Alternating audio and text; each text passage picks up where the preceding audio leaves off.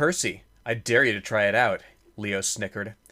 Percy kept holding the small gun in his hand, which still hadn't been spotted by anyone around him. The safety was probably on, and he was bored to Tartarus. Leo held up 2 finger guns. Pow pow! Pow, Percy said, fake pressing the gun. Bang! The sound shook the stadium, waking up a startled Nico and Will. The rally burst into chaos. Annabeth quickly got up, grabbing Percy's arm. The gun still kept shooting. In a last attempt to get out of the situation, Percy shoved the gun into someone else's arms. Here, sir, you can have this trinket. He ran alongside his friends, Annabeth being in charge. The security started coming out quickly. Oh my gods! You shot Trump's ear!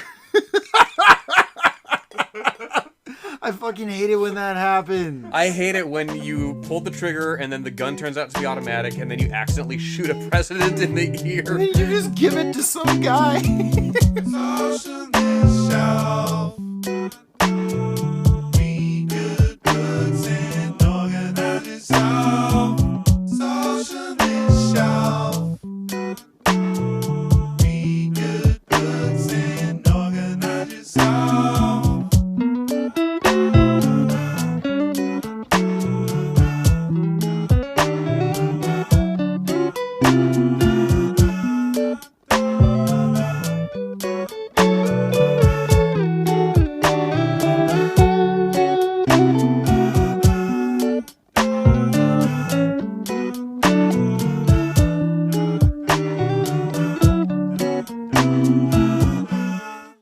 Listening to Socialist Shelf Radio. Folks, this of course is our Percy Jackson episode. Percy Jackson and the Olympians, Book 1, The Lightning Thief, recommended by... They're taking the lightning.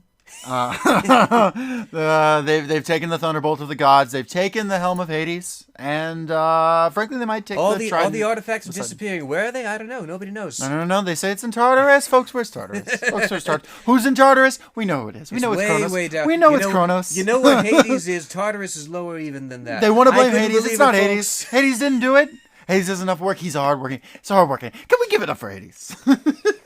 Okay, well now we got that out of our system. Yes, Jacob, this was your recommendation. I know you've been kind of jonesing to read, not jonesing, but you'd suggested Percy Jackson a while back, and we just hadn't gotten around to it. Yeah, so Percy Jackson is like one of those books for me that like was very, I guess formative maybe isn't the right word, because like, I was a big reader by the time I got around to it. I probably read this when I was like, 9 or 10, but I just really loved it. Like I fell in love with it. It made me really like Greek mythology and make a lot of mythological connections, and led me into actually reading a lot of other stuff, like more adult stuff and like classics and things like that. So I feel like it was this great stepping stone that also I just remember being like 9 or 10 years old and reading this, and every single joke in it just hitting like a sledgehammer, just like laughing at every single bad joke in this book. And I just genuinely have a lot of, and some of them are still funny, and some of them I'm like, okay, but it's like, it really is like, there's a New York Times article after the first one came out that said this book is like designed with basically minute detail to be just the perfect book for a 10-year-old child. And it really like fires on all cylinders. It's like crack for a 10-year-old who likes mythology. I was literally like, back when the first time I read this, because I reread this now for the show, literally early on when Percy, the first chapter is called like I Vaporized My Math Teacher, right? Right. And it's like, okay, like I texted you about this and I said exactly like, if you have some bitch teacher who is always up your ass about something and you're 10 years old, like this first chapter where she's a demon and Percy destroys her is like crack. And the whole thing is like that, right? Because, and we'll get into its origins, but it's very much designed for like a type of kid. Mm-hmm. And it turns out that type of kid is a lot of kids. That type of kid was me, because I was obsessed with Greek mythology up to, like, I was around 12 when this came out in 2005. And I was obsessed with Greek mythology right up to around that age. And this is my first time, folks, ever reading a Percy Jackson book. Yeah, I am surprised that you had not read it, because it was such a phenomenon. And it still is. Like, there's so many books. But I guess we can get into the guy, and then we can talk about, like, the general phenomenon of what, like, Percy Jackson is and was. But I will say personally, like... Personally, Olympianly, I was literally, when the Heroes of Olympus books were coming out in the 2010s, I was like reading them like the day they came out. Like, let's go. From like, Lost Hero and then like Son of Poseidon and stuff like that. Or Son of Neptune and stuff like that. I was like, day they were dropping, reading them. So this was your Harry Potter. Very much so. Because that's where I was at that time. Because 05 was when Order of the Phoenix dropped, I believe, and I was again, I was at Borders. God, Borders was back then, right? I was there like night of fucking reading that shit. Like, no, I remember I was literally like right there at I believe Books A Million, and I was like just ready to bust in to like get that, and I was like, what if they're gonna be out of Percy Jackson's? And I got there when there were like 5 people waiting, and they had like 100 copies that I could see. Like it's a popular book, but it was not, it wasn't like busting down. Like I was certain that I wasn't gonna get a copy, and I very much did, and I read it several times. But we can talk about Rick Riordan, referred to colloquially on the internet, on Tumblr type spaces, as Uncle Rick by a lot of people. Let's go. I don't really know where that comes from. I just think it's just like he's seen as a very, uncle-like, nice, respectful guy. He's got a great presence when he talks to people. He's very nice to fans. He's very, and also like has taken criticism of his books through the years and like actually worked them into future books. We'll get into that. But I met him once, actually. Did you? Where at? I don't remember. I was down a dark alley, and he came up, and he's a bigger guy than me, so he was very easily able to mug me and like take my stuff. I got rolled by Rick. I got Rick rolled. No, you're going to need to explain that to me one more time. No, wait, explain the joke. You see, way back in the day, there was a song by a guy named Rick Astley. Yeah. And you deceive people. Never going to get you up. You're never going to get it's it my up. Favorite song, yeah. You deceive people into hearing that song, and you get Rick rolled. Okay, so what does that have to do with Rick Riordan? Getting rolled by Rick Riordan? It's a long walk for a short drink of water. I was not actually mugged by Rick Riordan. I'm sure he's a wonderful man.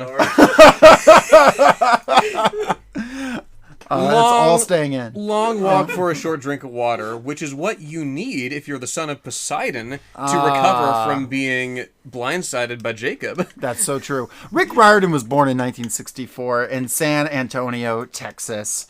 Let's go. Yes, I'm yes. from Arlington. There you go. He originally wanted to be a guitarist, and he still plays guitar, likes music, and went to school for that. Was a guitar music school dropout, and then pivoted and got English and history degrees from UT Austin. He moved to San Francisco and became a middle school teacher, which he was for many years. He taught middle school English and middle school history, alternating sometimes both.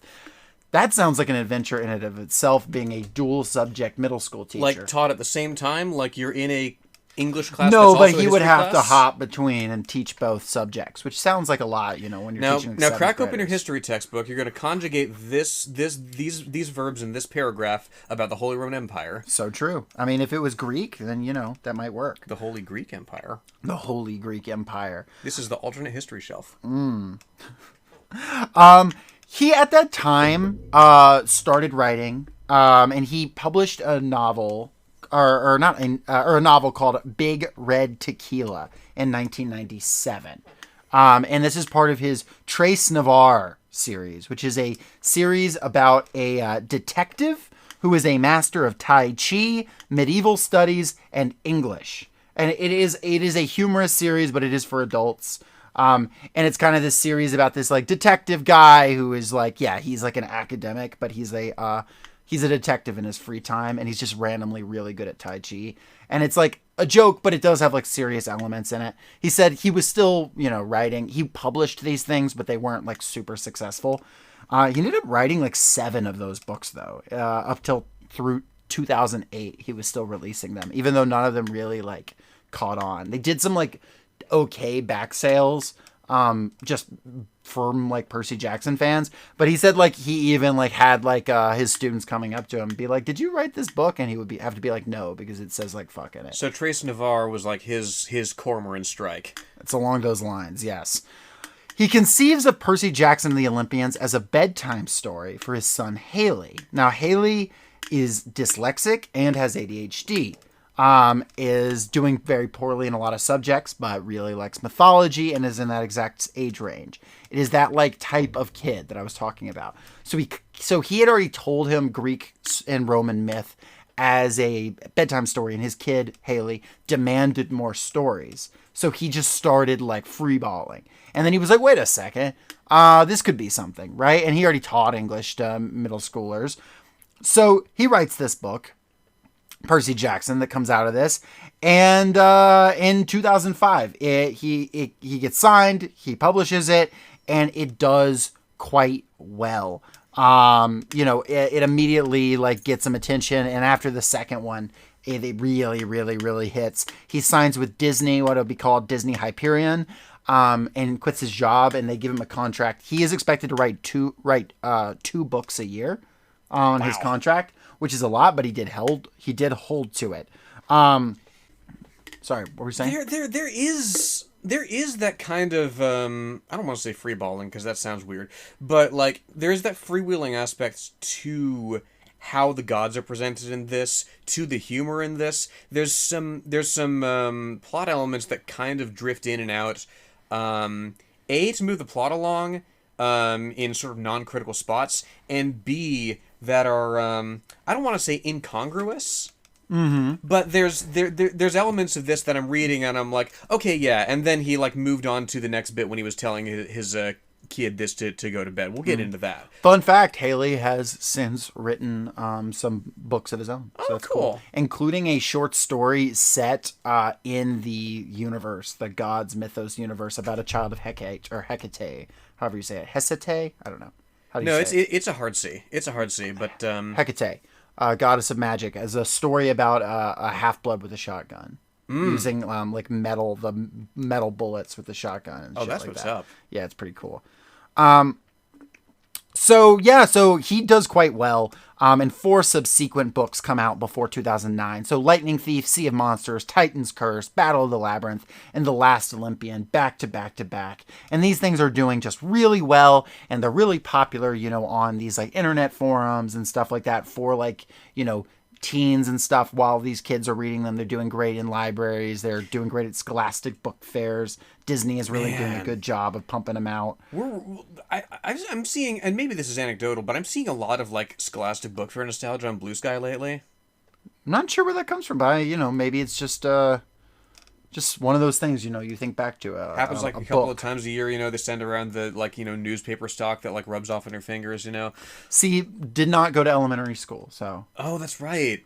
Well, at elementary school, they would pass around like newspaper stock that rubs off on their fingers, and it had like books, also games and stuff that you could just like send away for, and then like there'd be a really cool day in school where like packages would come for kids who had ordered like new books or whatnot. It was really, really pretty neat. There was a series of unfortunate events, like all the heavy hitters were in there. There's also another book that sold some at Scholastic Book Fairs, the 39 Clues series, which Rick Riordan also wrote the first book of, and apparently that was a thing on the circuit. But then other authors picked it up. Was one of those clues to the identity of the person who mugged me, who was not Rick Riordan? It was. I think you answered it yourself. It was Rick Astley, right? Oh yeah. He's really gone downhill after that Thanksgiving Day parade appearance. Yeah, he rolled down the hill. He also at this time put together a number of other things. One of those was the Kane Chronicles, which is a trilogy that exists in the same universe as Percy Jackson, but is about Egyptian gods. He will go on to confirm that all gods from every religion exist in his universe. And they just have these like parallel realities competing with each other. That's a question that I had while reading this, so good to know that. I was actually delving into a little bit, and like he's got a Rick Riordan Presents label now. Oh that yeah, does like every mythology. Yes. So the Kane Chronicles, there's a trilogy. They come out from 2010 to 2012. He also starts writing Heroes of Olympus at this time, which is a direct sequel series to Percy Jackson from 2010 to 2014. These are the ones that I was like waiting for outside the bookstore. He writes 3 crossover novellas between Heroes of Olympus and the Kane Chronicles from 2013 to 2015, and a Norse series about a guy named Magnus Chase from 2015 to 2017. You might note that last name Chase, like Annabeth Chase, it is her cousin. Oh, okay. Then he writes another follow-up series to the Camp Halfblood series, The Trials of Apollo from 2016 to 2020. At the same time, he is also writing Daughters of the Deep, which is 2021, and that actually has nothing to do with mythology. It is a Jules Verne-style novel. He writes, and then he comes back to his universe and writes Sun and Star in 2023, and he is now writing Senior Year Adventures of Percy Jackson. He released a book this year and a book last year about that. So, I mean, this series has sold over just the Percy Jackson books have sold over 180 million copies. It's been on the New York Times Kids bestseller list since it dropped. And in 2016, he leveraged all this to launch Rick Riordan Presents. Let's go. Highlighting authors of various cultures, and they could write mythological stories in their cultures. Started with Arusha and the End of Time by Rushani Chotsky.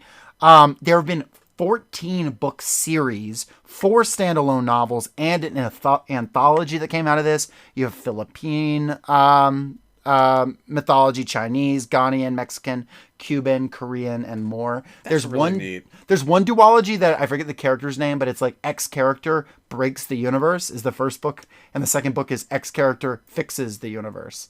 And things like that. So, I think is that the Cuban one? I think that might be the Cuban one. It is really cool to me because it consciously cuts against, like, when you think of mythology and pop culture, right? You think, okay, gods of Egypt, right? You know, God of War. 2005, when the Lightning Thief drops, right? Big year for Greek mythology and pop culture because that's the same year that the original God of War came out. Yes. That was my relationship to Greek mythology that year. Was playing that, but.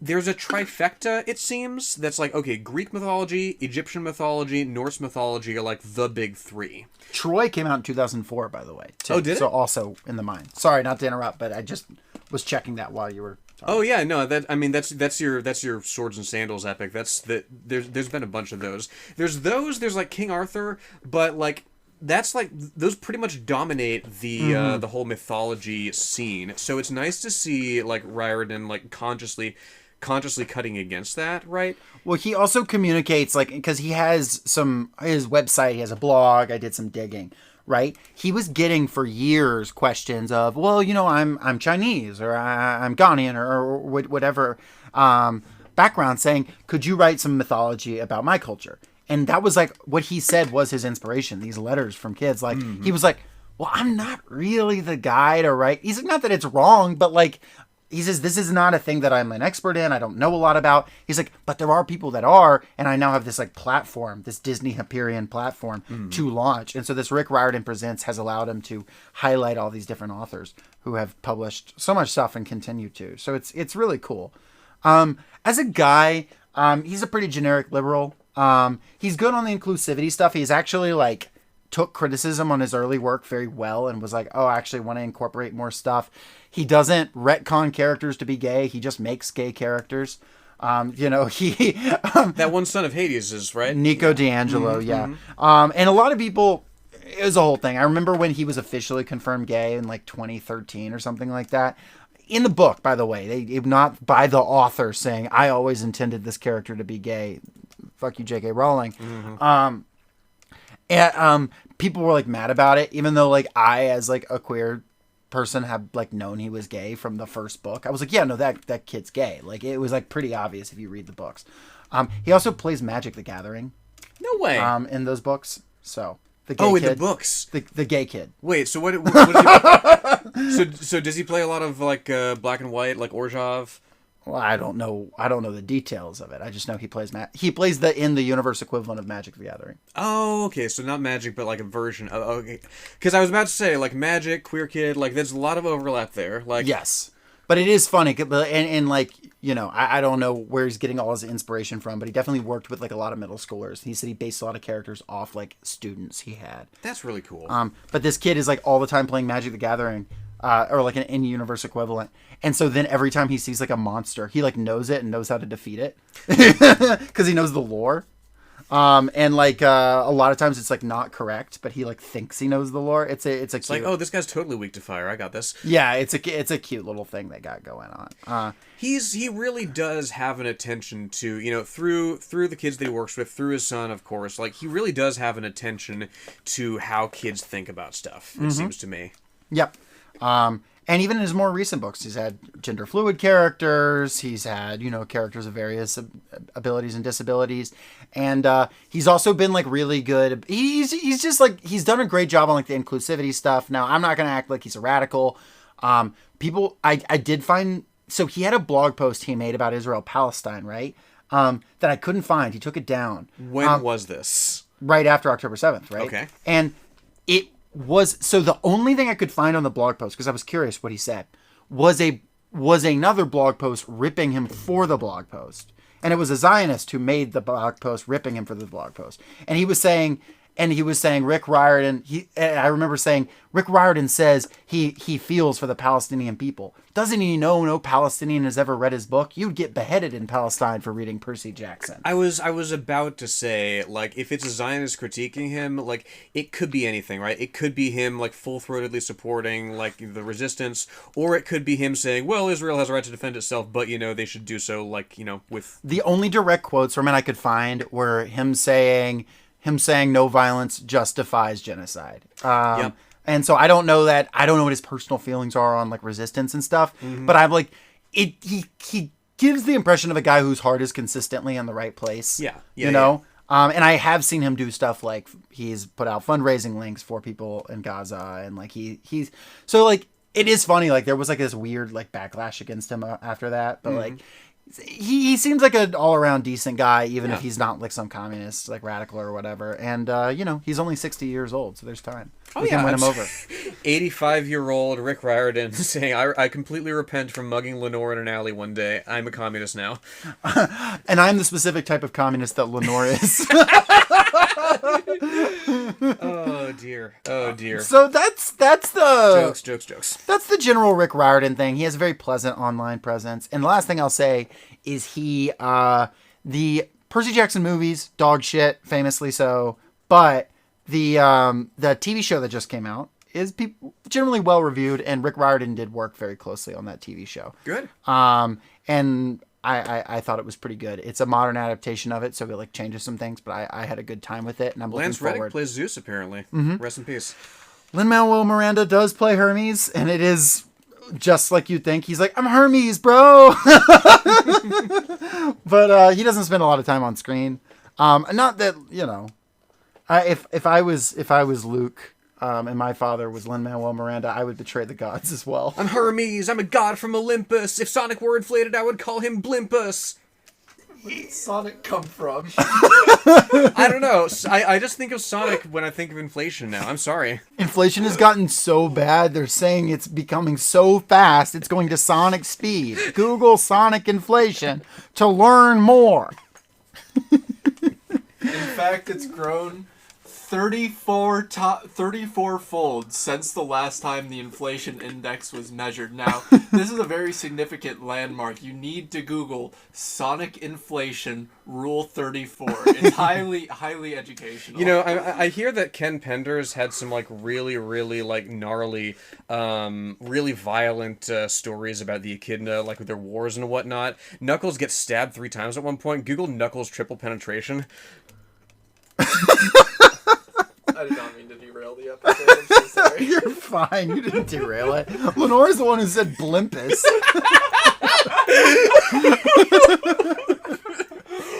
Okay. Anyway, so I have a lot of love for these books, and so we read this first book in this series, and to be clear, like, there's not a ton of political content here. There's not a ton. It's not a long book. It's not a complicated book, but there is stuff to talk about. So we can talk about it. I guess the last thing I'll say, I already said that once, but the last thing I'll say for real is, exposing myself. I was big into Camp Halfblood role-playing wiki. Yeah, unpack that a little bit. Because, I mentioned on the fucking, was it the My Immortal episode? Maybe. I was into, like, lore. I was a big Harry Potter lore head, right? Yeah. I was on DumbledoreIsNotDead.com, like, looking for, like, any reason that, maybe he's still alive. But I didn't roleplay in the Harry Potter space. Yeah, so honestly, I didn't even like mean to get into the roleplay. I thought I was looking for Percy Jackson video games, right? Which there really isn't much presence of that. And then I found like Percy Jackson game, and like I don't even know, like it wasn't even the most popular site for it, but like it was just people who were making their characters, and then the characters interacted with each other. And I already wrote fan fiction, right? I don't think I even called it fan fiction because I wasn't like in any online communities. This is very early in me having any internet access. So again, I had to like get permission for everything I did on the internet from my parents, right? So I just told my parents, I was like, this is a Percy Jackson game. And they were like, oh yeah, whatever. That's the books you like. So I was like, I don't think they would have been as cool with the full extent of everything that was happening there. Not that it was bad or anything like even gross or anything like nothing bad. It was just like, I was interacting with like random people from the internet. Right. And that was like where, I don't know, I made my little characters. And I Googled the other day the names of some of my characters. The pages still exist. They're still up. And I'm not going to give any identifying information on them. But, you can find them. Your scavenger hunt starts here, listeners. Yeah. No, I'll give you a hint. If you can find the worst characters, the most like trite, terrible, awful, poorly written characters, those are probably mine. So, yeah, happy hunting. But no one uses that site anymore, but it just like exists as this sort of dead internet space that you can scroll through. And it's like, I literally found forums where I was writing battles back and forth with like another person and stuff like that. And then like, we would have like out of character comments like, that's OP, you can't do that. It made me really happy. It's literally, the more things change, right? Like, you're not on the playground going, well, I have an everything-proof shield, what are you going to do about that anymore? Like, this is, now you're in the fandom space, now you've got a whole magic system, now you've got a whole mythology underpinning this stuff. Right, and I was older than the playground age, but I still wanted to do the playground shit. And that's like a lot of the people that were in there. You're hitting like 13, 14, you're really not, playing pretend in the same way anymore. You're like too cool for real. it. But yeah, you've now made it real. You've eminentized the eschaton through Percy Jackson roleplaying. And at one point, we've all got to grow up. We've all got to mature. And that's when we start doing the exact same thing with 20-sided dice. Yes. And that's cool. And the dice are my friends. But, if you ever really want to get into some roleplay conversation, ask Sydney, my husband, about his Warrior Cats role-playing wiki time. But that's a different conversation. Tune in for a 37-part Warrior Cats series. Ryan popping off in the background. Okay. Well, we talked a lot about this guy. Lenore, and my background with it. Lenore, you want to set the stage for this Percy Jackson fellow? Maybe even read a quote, considering the quote we read at the top was like, Not real. Yeah, probably like the quality of the things I was writing back in the day. I'd never had him assassinate any characters, but the opening is as good as anything, honestly. It starts off with literally one of the best opening lines. Look, I didn't want to be a half-blood. Again, sets your character, introduces the dynamic of half-blood. Okay, half of what? Well, you're reading about Greek mythology, so it's got to be gods, right? Right off the bat, it's from the perspective of somebody who's right in the center of all this. And is addressing you. Yes. And who goes on to say, if you're reading this because you think you might be one, my advice is close this book right now. Believe whatever lie your mom or dad told you about your birth and try to lead a normal life. Being a half-blood is dangerous. It's scary. Most of the time, it gets you killed in painful, nasty ways. If you're a normal kid reading this because you think it's fiction, great. Read on. I envy you for being able to believe that none of this ever happened. But if you recognize yourself in these pages, if you feel something stirring inside, stop reading immediately. You might be one of us. And once you know that, it's only a matter of time before they sense it too. And they'll come for you. Don't say I didn't warn you. I remember reading that as a kid and being like, this is the coolest thing I've ever read in my entire life. It is. No, literally. like right off the bat, this is the Hogwarts letter. This is better than the Hogwarts letter because it's not anything physical that has to come to you. It speaks to an experience that you've had, Little later on when he when he talks about ADHD, right? and his dyslexia. dyslexia, as, superpowers or just manifestations of how he's slightly different because of his godly blood, Percy is, right? That's... It takes something that makes you different and spins it off into something that makes you cool. Right, and in an interesting way, a thing I like about it too, and this is something that persists through the series, and we'll talk about it a little more, is the ADHD aspect of Percy, right? It's not saying you don't actually have ADHD. Like, no, this kid actually still has trouble concentrating, and that never goes away, right? He still has trouble reading English, and that never goes away. Like, there is the aspect of how he's, like, say, use whatever term you want, differently abled. It's not like, oh, that was fake and now actually you have the whatever. It's like, no, actually he is like dealing with both sides of that. So like you can be a kid and it's like there's never been a child in the world that feels like they're normal, obviously. But like any kid can immediately connect with this, especially a kid like his son. And be like, oh, that's me. Like, and I'm like that cool half-blood or whatever. And you can, if you're the right age, it's fake, but you can have that kind of in-between space of like, ooh, but what if it was real? And that's so fun. There was, no shade on Owen Colfer, the Artemis Fowl guy. Yeah. But there was a book I couldn't help but think of called the Artemis Fowl Files, just pure world building, right? Dossiers on characters, interviews, they had a flowchart to determine what kind of mythological creature you might be or have blood of. And the first question on that flowchart was, are you over 4 feet tall? If yes, human, fuck you. Again, no shade, but it's just doing something different there. Fun fact, there is a Demigod Files. But it's mostly just short stories, including one from his son. But it does have a quiz that what house you might be. Well, and see, cabin. Well, and see, but now that I think about it, like I also like that more than Hogwarts houses because it's not characteristics that are like moral. Yeah, not you don't have the white supremacy house, you don't have the like bravery house, you don't have the like smoking weed house, right? You have 12 cabins. And they each represent like the god that you're descended from, and that's just like skills that you're good at, right? So like you might be good at archery, and you could be like a child of Apollo. Archery, yeah. If you're like a really like techie like dude, you could be like Hephaestus, right? And that there's just so much more diversity and so much less morality. Like, and there's a lot of overlap in that too. Yes. And there's like a lot of different ways you can be that thing, right? Good and bad ways you can be from any house, right? It's not like every dark wizard comes from the Hades / Slytherin or whatever. Like, no, actually, there's multiple Hades children that show up through the series, and I don't think any of them are evil. There's one that's like kind of an anti-hero. But, and then you'll have like children of Ares, and they can be incredibly heroic, or they can be just absolute dickheads who are like incredibly angry. You can have that from any of these houses. It's actually not like a moral judgment on who you are. Right. And it actually gets even more complicated as it goes on, because when they start introducing minor gods, because that's the thing, and I like that about Camp Halfblood.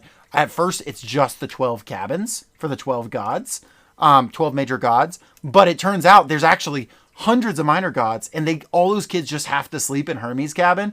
And later on in the series, a stipulation Percy makes when basically like blackmailing the gods is there's got to be like cabins for these other kids too. So by the time I'm on like Camp Halfblood Wiki as like a 13-year-old, you can pick from like 100 like cabins, and there's like so much stuff for each of them, and it's there's a lot of fun because the world is designed to be iterated on and to be expanded and to gradually grow more inclusive and diverse over time. That's what, in some way, that's what Lovecraft ultimately fostered. Sure. Of course, it helps that he died. But yeah, no, it's meant to grow more inclusive and more diverse and to and to mushroom beyond the story that originally gave rise to it. What is the story that originally gave rise to it, though? We have this intro, and Percy does accidentally vaporize his pre-algebra teacher. So fucking cool. And it's what you'd think of. It's basically this kid, who's this just strange kid, is out on a field trip. He's at a school for troubled kids, and his pre-algebra teacher turns out to be a fury from hell.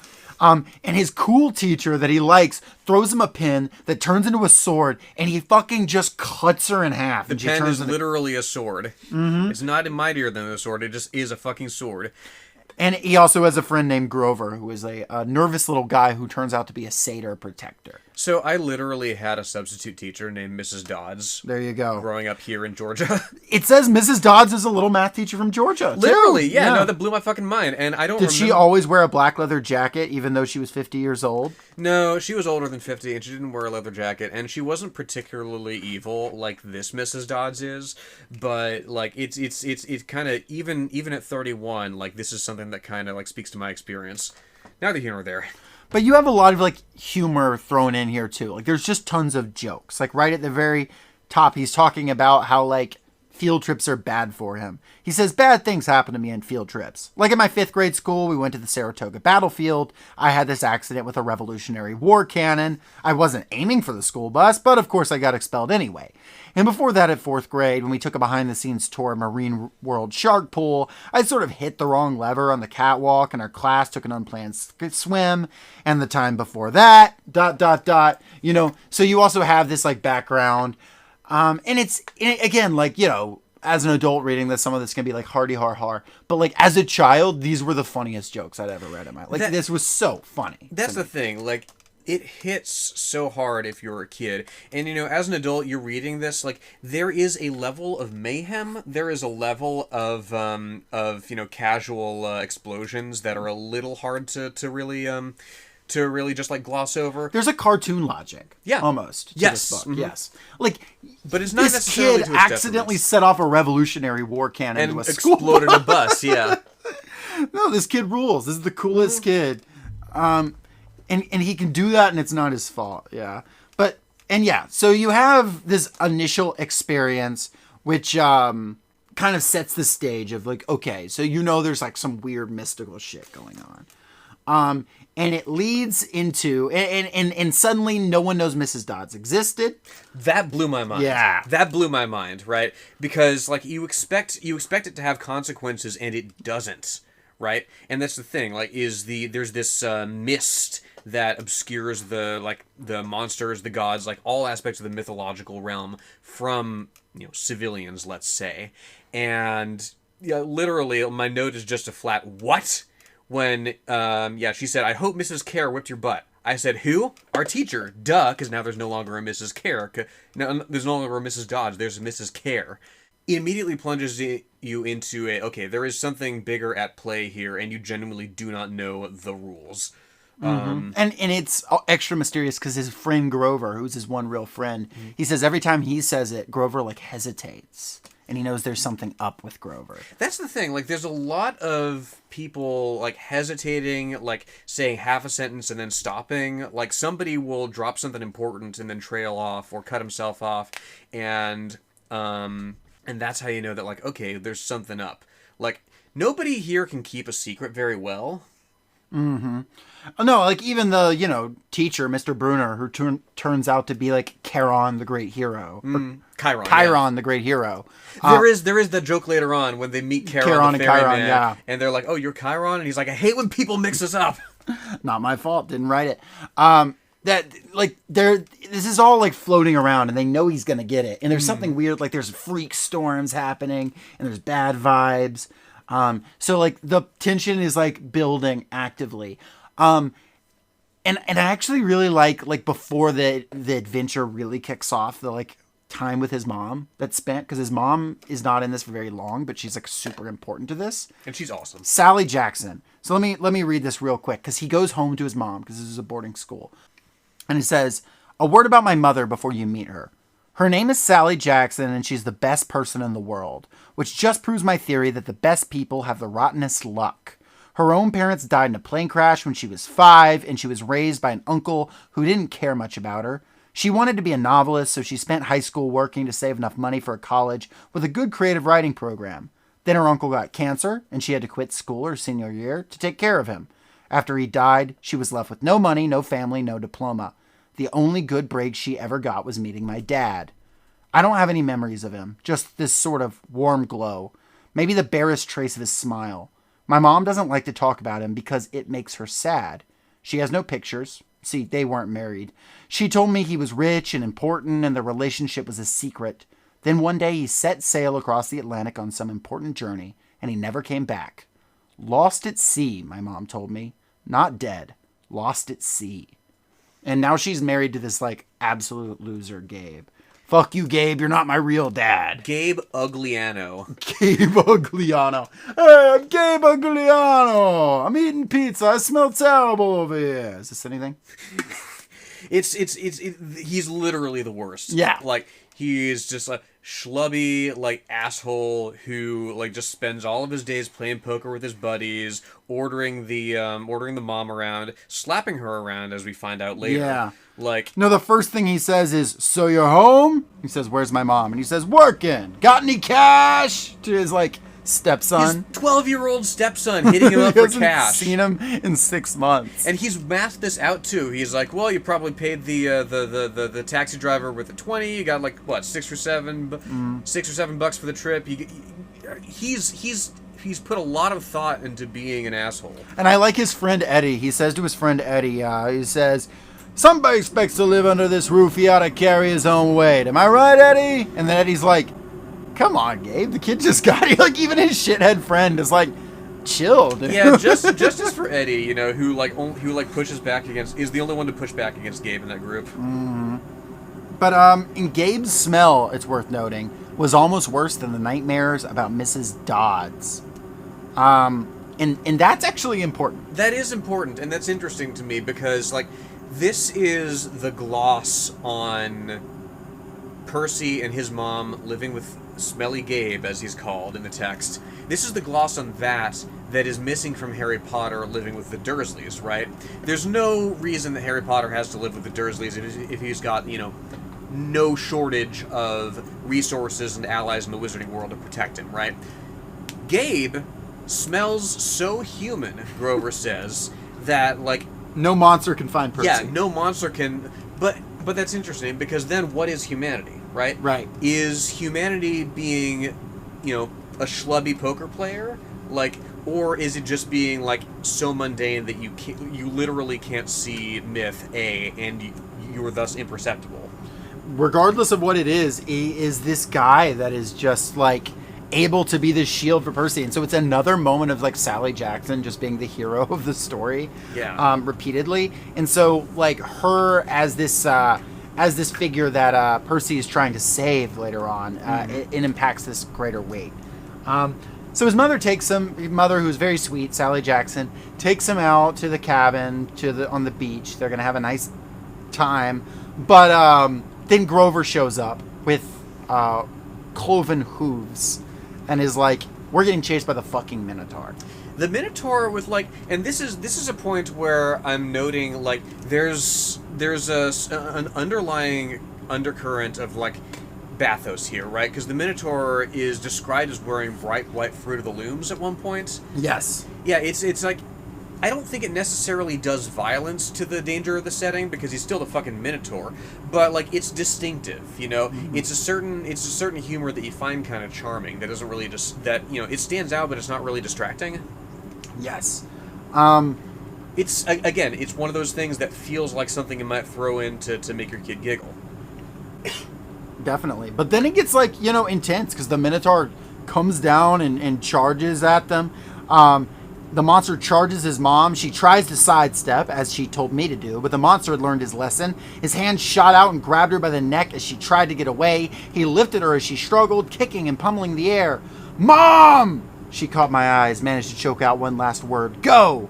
Then with an angry roar, the monster closed his fist around my mother's neck, and she dissolved before my eyes, melting into light, a shimmering golden form, as if she were a holographic projection, a blinding flash, and she was simply gone. And at that point, Percy just goes, like, sicko mode and murders the Minotaur. Mm-hmm. Just drops him. Breaks off his horn, like, literally stabs his shit. Like, again, this text is not afraid to show kids, like, getting bloody. Yeah, he rips the horn off the Minotaur's head and stabs him in the side with it. Mm-hmm. What's really fun too is, so monsters regenerate, it says in this world. That's why they can be in multiple myths. They regenerate over time. And what's fun is because these books like have an element of like anime style power fantasy for like teenagers or preteens. In the 5th book in the series, when Percy's at his most powerful, the Minotaur comes back, and the Minotaur is wearing full body armor and like wants a rematch and has like a battle axe. Oh shit! And so they have like a rematch on the Brooklyn Bridge. Oh, that's what's up. And Percy like runs at him. The Minotaur swings, and Percy like jumps, flips over him, stabs him in the back, and it's like one shot, like drops him. And he was like, so much for the rematch. And I'm like 12, and I'm like, this is the fucking coolest thing I've ever seen in my entire, like I'm just popping off. You know what I mean? And he hits the right level of that without making Percy an anime protagonist in an annoying way. Percy is very human. Percy makes mistakes, and his power ebbs and flows. He never fully, at least in this book, he never fully really gets it because it's not his power. There is a certain, like, coding to this that's familiar to, like, it's very video game coded in places. Like, they're, skipping way ahead, they're in a truck at one point, and, like, there's a emaciated zebra and a lion, and, like, the lion has a sack of turnips, and the zebra has a, like, plate of hamburger, and so they're like, okay, well, we'll switch these, and then the animals will have something to eat, right? There'll be those challenges there that are, there'll be those challenges there that, are kind of video game coded, but nevertheless, you rely on your ingenuity, you being Percy, and it's just charming to see him think on his feet. So next chapter is I play Pinochle with a horse. Worth noting, all the chapters names in this are funny. I think it actually had a bit of an impact on me because, like, I'm determined every time I write anything that any chapter or segment has a name. I noticed that, and they call it a rebel, yeah. Yeah, it's just something that, like, I not always has to be serious, but I just really love a good chapter name. And I think, like, not that that's exclusive to Riordan, but I think this is, like, the first book I recall, like, really loving the chapter names. And the way that these are used, like, chapter 2 ends with, like, they see the 3 fates on the side of the road, and they snip a fucking, like, piece of yarn, and I was like, oh, they only do that when somebody dies. Mm-hmm. And then you flip the page. What's the name of the next chapter? Grover unexpectedly loses his pants. Yeah. Like it goes, it ping pongs back and forth between, like, stuff, that's portentous and serious, and, stuff that's goofy. But again, not in a way that really does violence to the overall setting. Exactly. And he's immediately in a weird, unsettling setting because his teacher from school, Mr. Brunner, turns out to, like we said, be Chiron, the great hero, the great centaur, along with Mr. D, Dionysus, who's a guy in a Hawaiian shirt. And it's the god of wine who has been banned from drinking for a century and is on, like, a century-long hangover. He's very Phil from Disney's Hercules coded, yes. surly, if he played Danny DeVito in either of the adaptations, I wouldn't be surprised, There's a pretty good bit that's not in this, that's from the TV show, where Dionysus, at first, he's like, Percy. He's like, you know what? You're my son. You are. And he's like, and he, like, knows he's not, obviously. And he's like, and to prove your loyalty as my son, to make sure that you are. There's this bottle of wine at that ship out there, and I can't get it. And if you swim out there and get that, but I do like he's constantly conjuring Diet Coke for himself to drink. It's a pretty good bit. He waved his hand, and a goblet appeared on the table as if the sunlight had bent momentarily and woven the air into glass. The goblet filled itself with red wine. My jaw dropped, but Chiron hardly looked up. Mr. D, he warned, your restrictions? Mr. D looked at the wine in feigned surprise. Dear me. He looked at the sky and yelled, old habit, sorry. More thunder. Mr. D waved his hand again, and the wine glass changed into a fresh can of Diet Coke. He sighed unhappily, popped the top of the soda, and went back to his card game.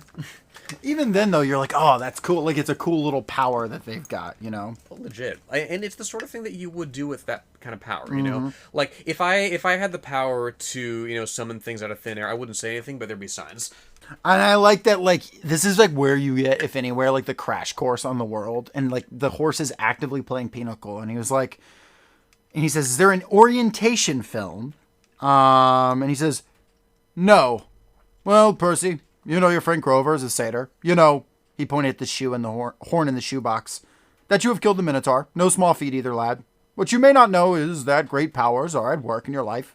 Gods, the forces you call the Greek gods, are very much alive.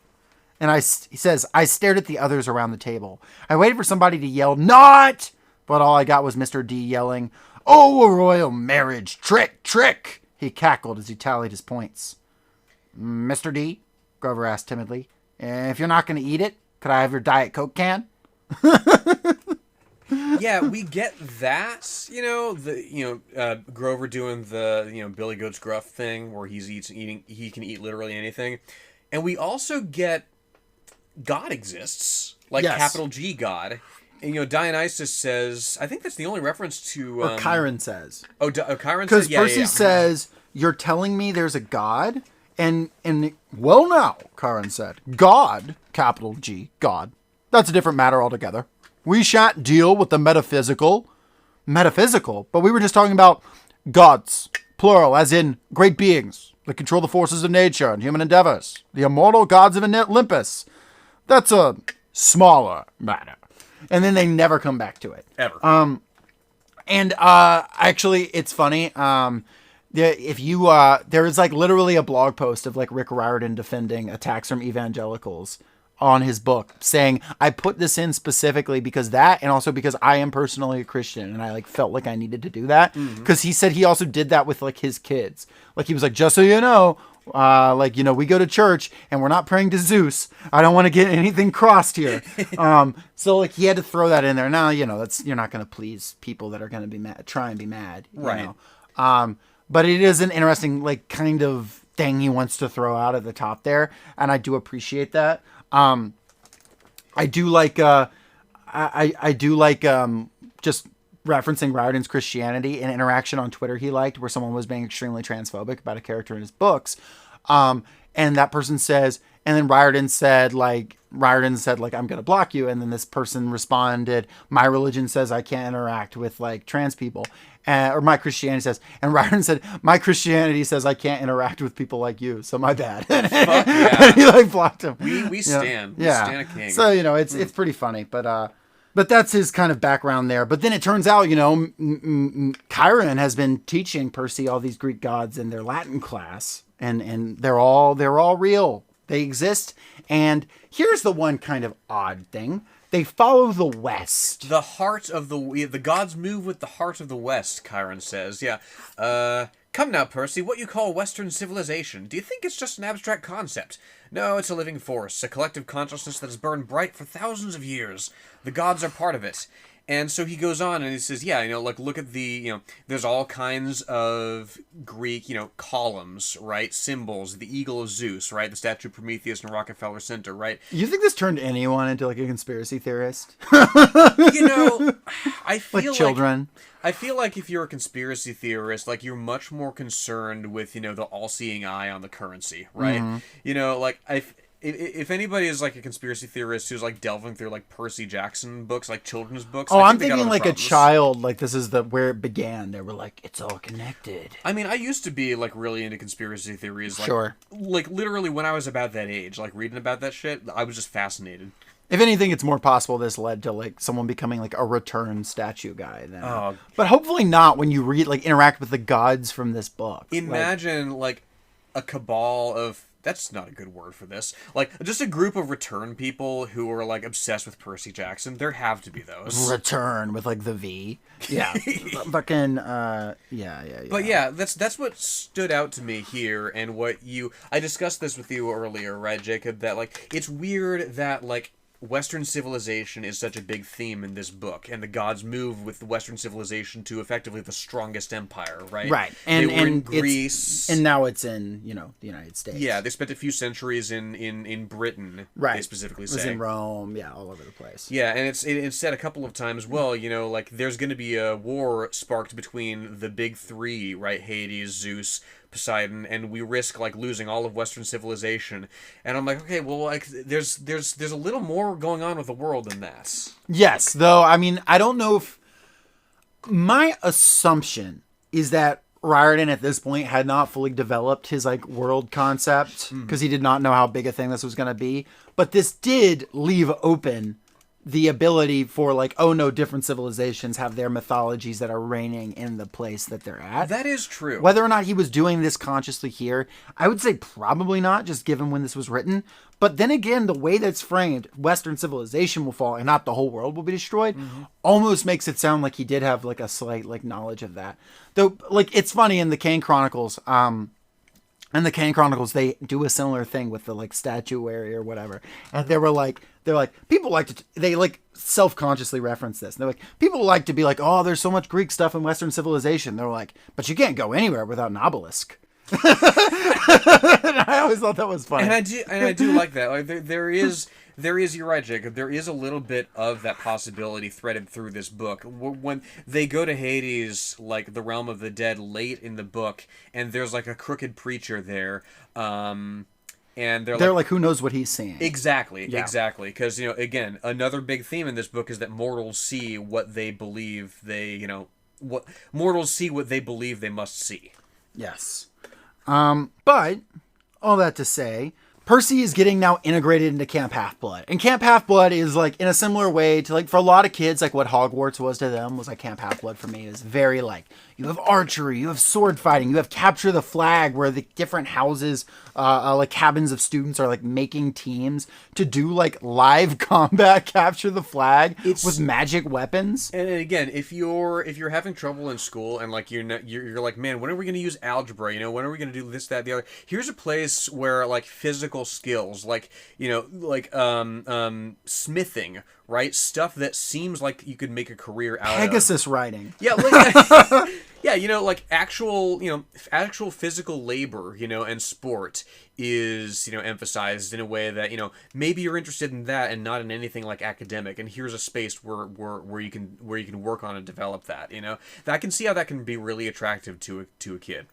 You know what else could be really attractive to a kid? Just speaking to me as a child.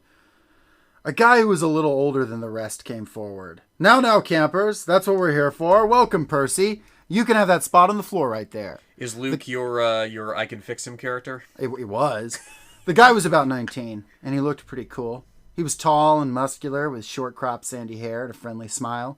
He wore an orange tank top, cut off, sandals, and a leather necklace with 5 different colored clay beads. The only thing unsettling about his appearance was a thick white scar that ran from just beneath his right eye to the jaw, like an old knife slash. And I was like, holy shit, a guy, he had 5 different colored clay beads? That's the coolest guy I've ever heard of. 5 beads, that's more than 0 beads. It's a lot more than 0 beads. So yeah, you have this guy, Luke Castellan, that's introduced, the head of Hermes' cabin. Hermes, the god of travelers, messages, kind of the like catch-all god. Honestly, if you look at like Hermes' realms of control, like even on like Wikipedia, it's like they just threw the extra shit in this guy. Like he's the god of money for some reason, the god of like communicate, like just different stuff, like speed, and like you can kind of make it connect with like commerce and travel and speed and messages, but it's like it, and then like of like castaways, it's just like a lot of stuff. It's the catch-all cabin, and Percy doesn't know what god he belongs to, and a lot of kids never do. So because the gods are like absentee parents, so they're put in here. Another character that we kind of jumped over was Annabeth Chase that we met here. Yeah, and it's a girl about Percy's age, blonde, gray-eyed daughter of Athena. And this is what I like about the Camp Half-Blood setting, right? Because again, it's very house coded, right? Everybody has certain attributes, certain aspects that stand out if they're depending on what god they're about, right? Yeah. So the Ares cabin is like super. The Ares cabin is like super like barbed wire, like red paint splashed everywhere, like everybody is like a and they're allowed to decorate it however they want. Like exactly. It's the kids who are doing this, and they're like, I know what we should put up. We should put up barbed wire and spikes. And if you are a kid who's obsessed with Greek mythology and who's done a bunch of reading about this stuff, you can kind of see where these things are telegraphed, right? You see, like kids are calling Annabeth wise girl, who's all about wisdom. Athena, she must be the daughter of Athena, right? You can meet a kid from Hermes' cabin, and he's really into like historical hip hop musicals. He must be Hermes, right? Right. But it's again, it's a fun scavenger hunt for kids who are that way inclined, which is why it's so weird to me that they don't figure out that Percy is a Poseidon kid earlier? It's because the big three cannot have children. It's banned. So they're like, surely not. And of course, like, you as the reader are like, I don't know. But just so our listeners know, the big three, Hades, Zeus, Poseidon, because their children are so powerful, they made an oath after World War II. Yes, World War II was fought by children of these gods. Because, like, the sons of Zeus and Poseidon were the allies, and the sons of Hades were the Axis, I guess? Yeah, you know. It doesn't say specifically who anyone is in that era is the children of. Yeah, I don't know. Well, we theorize. Sound off in the comments. But it only gives a few specifics. I think, like, it does throw out Harriet Tubman was a daughter of Hermes at one point. That's right. I did look this up, yeah. Yeah, there are some that it, like, directly correlates. And there's no, like, moral equivalency for being the child of a certain god. Like, it doesn't make you good or bad. Though, like, the Nazi thing being Hades coded, I think he hadn't quite fully fleshed that out at this point in the book. That does stick out in a way that I don't think... He doesn't, like, I feel like by the time he gets, like, his stride in these books, he's realized that's not what he wants to go for. Exactly. So there's a vestige of that, but, you know, it's not really the point. Because by book 3, he introduces 2 children of Hades. Which, to be fair, Hades didn't break the pact. They're children that were, like, sealed in time or some shit. I forget the exact. Oh, so they're grandfathered in. Yeah, basically they were like, I forget exactly what happened, but there was, like, some time warp or some shit. I don't remember the details. And one of them, if not both of them, are gay. The girl is not confirmed gay, but she does join the Hunters of Artemis. So that's kind of gay coded. You know what I mean? R.I.P. Bianca. She gets got before she can have a girlfriend. So, you know. Yeah, salute. spoilers for whenever in the series that occurs. I don't know. I think that's what happens. It's been a minute, but something along those lines. Anyway. So you have this setup. You even have the classic bullies. We have Clarisse, daughter of Ares, and Percy becomes Supreme Lord of the Bathroom because she tries to give him a swirly, and he water bends and, like, throws her on the ground. Again, that's very Poseidon coded. Is that and it's threaded through the book in much less obvious ways. Like when he's fighting Mrs. Dodds, like a wave rises in his ears, right? Like he's hearing the ocean or something, right? You know, blink and you'll miss it, but it's there throughout the whole thing. And yeah, we continue to have a lot of little fun things. You get to have, like, their food, like, they can wish for whatever, like, food and drink they want, and, like, different stuff like that. But you can also see this, like, kind of sadness that exists at the same time, because, like, these kids are, like, making offerings of their favorite parts of the food to their godparents, a lot of them to, like, find out who their godparent even is, because they're ignored. So you have this real, like, the gods are ignoring the children type thing that will, of course, blow up in the gods' faces, because, you know, the contradictions, I don't know. Well, and but also, like, you know, there is that alienation there of, okay, like, I am the child of somebody powerful, like, the forces of nature and, you know, everything that governs the world I live in is based on the whims of these beings that are out of my reach, that maybe, like, I don't even know who they are, right? And, you know, reconciling that is, again, it can speak to you. But, regardless, he wins his game of capture the flag through, like, really cool shit. Like, he steps in the water and suddenly is supercharged with power. He kicks everybody's ass. Everyone thinks he's cool. And then there's, like, the symbol of Poseidon appears above his head. And everyone's like, the child of Poseidon, earth shaker and bringer of storms. Father of horses. Yeah, and father of horses for some fucking reason. Once again, the gods just had some random ass domains sometimes. Like, presumably the Greeks had, like, seen that scene from Lord of the Rings where there are horses galloping in the water. Like, I can't think... Is that just what it is? Is it, like, waves look like horses? I was showing Ryan this earlier. Like, you start off God of War 3 by fighting Poseidon, and he's on this, like, big three-headed, like, horse monster made of water. It's so fucking cool. That is cool. But you drop him anyway. And so you get given... They get given a quest. And their quest is to find the lightning bolt of Zeus, because Zeus' lightning bolt has been stolen. And that's why it's called the lightning thief. Somebody came, stole the lightning bolt. They think it has to do with Hades. And Zeus is saying, if my or they think not Hades, they think it has to do with Poseidon. He thinks Poseidon stole it. And he said, if my lightning bolt is not returned by the summer solstice, I'm going to obliterate the entire, everything. It's going to be war. And everyone here suspects, the lightning bolt is actually with Hades because he would profit off a war between Poseidon and Zeus. And immediately I'm looking at this and I'm like, well, wait. Human civilization has been around for thousands of years. Who knows how many billions of people have died in that time? What's a few 100 million more to Hades at this stage? And indeed, that is a point that they make even... That's correct, yes. And the interesting thing is, if you as a kid... can have that thought and make that connection, then you can feel super smart later on. And it's a thing that's it's not fed you. You don't automatically come to that conclusion, but it's a conclusion a child could be wait, this doesn't all add up, right? And then it can pay off in a way that a mystery really should. And the source of that information, right? The person telling you it, that calls them into question, perhaps. And we'll get into... Yes, exactly. We'll get into, this person that you cannot fix.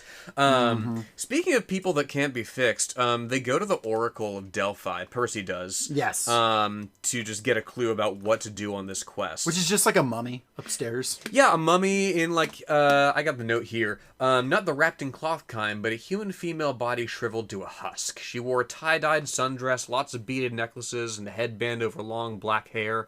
The skin of her face was thin and leathery over her skull, and her eyes were glassy white slits, as if the real eyes had been replaced by marbles. She'd been dead a long, long time. I've just been rereading John Bellairs lately, House with the Clock in Its Walls and all that. I love texts that aren't afraid to show kids macabre shit, right? Yeah. I feel there's value in demystifying really spooky imagery, corpses and just scary, corpses, skulls, Right. Kids love that stuff. Yeah. They really do. They really enjoy it, And I don't know how much basis there is to it, but I do think it's also an inoculant against the idea that ugly equals evil, right? Things can look unnatural and shriveled, just because they're dead, and there's nothing inherently wrong with that, right? I don't know. And the Oracle tells him, yeah, you'll fail to save what matters most in the end. You'll be betrayed by somebody who called you a friend. You'll fight the god that's turned. She basically lays out the whole plot of the book there, and it's fun to go back and see where it aligns.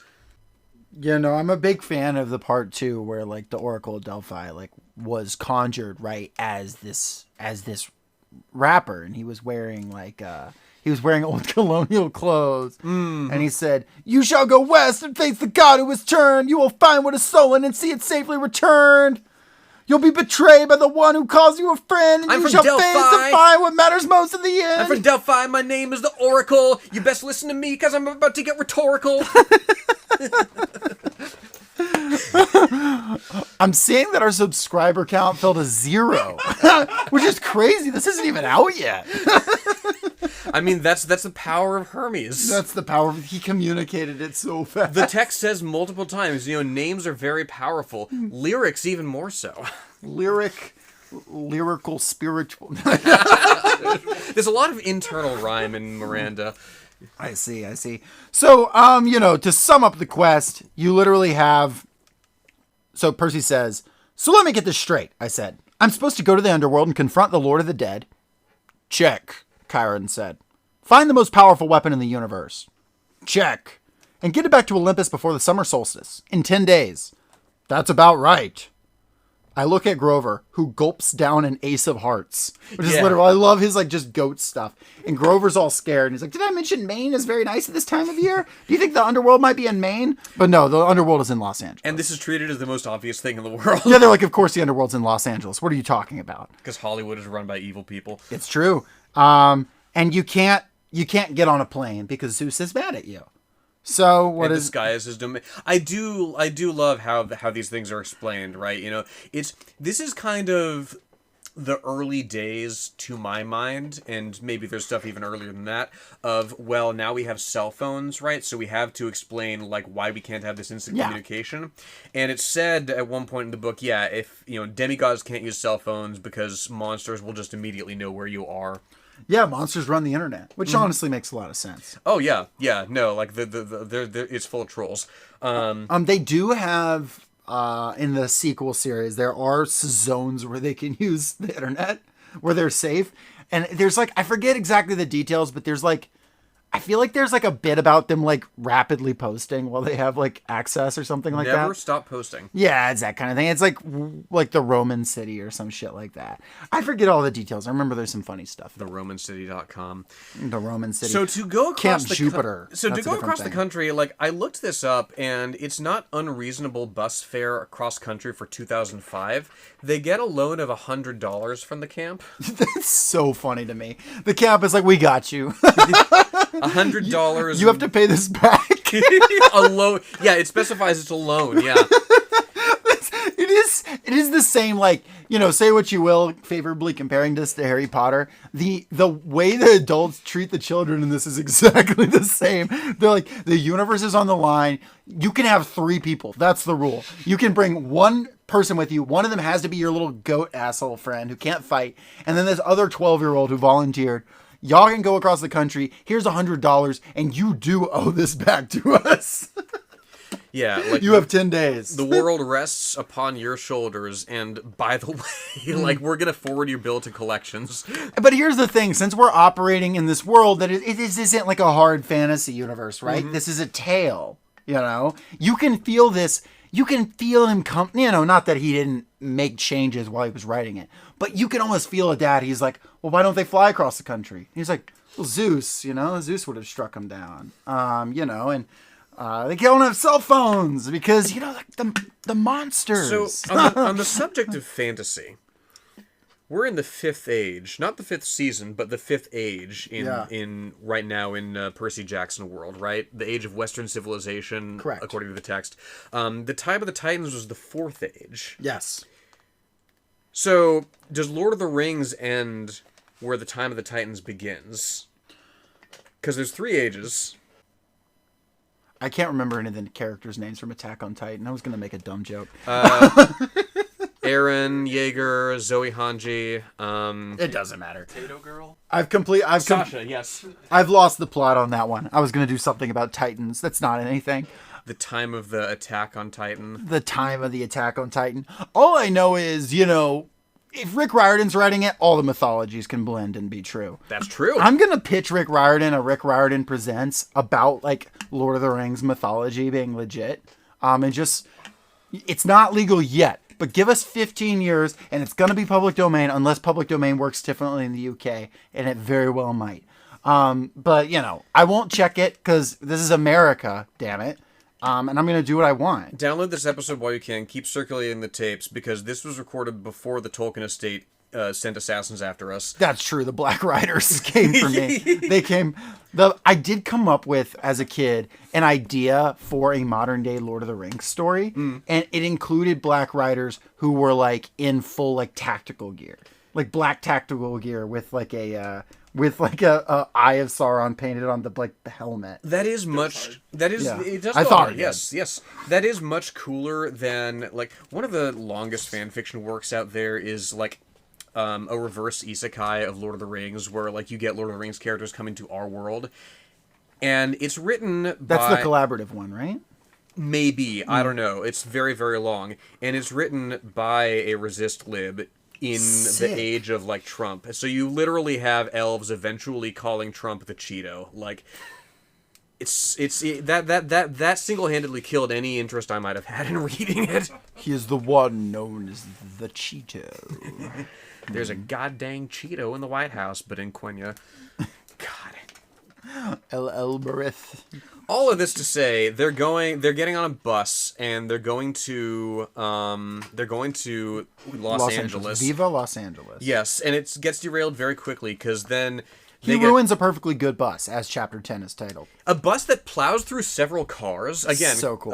Cartoon logic here. Yeah, he just kills. There are people who die for Percy's mission. I do love this running joke that Percy is like going across the country and like the news is reporting on this increasingly like chaotic and violent like As a terrorist. yes, Yeah. yes. He is an international terrorist.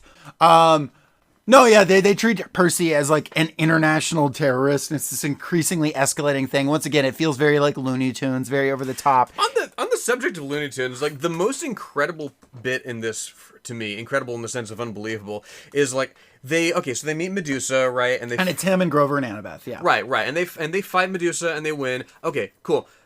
What happens after? We get advice from a poodle is the name of the chapter. Literally, Annabeth runs into a poodle just out random in the middle of the woods.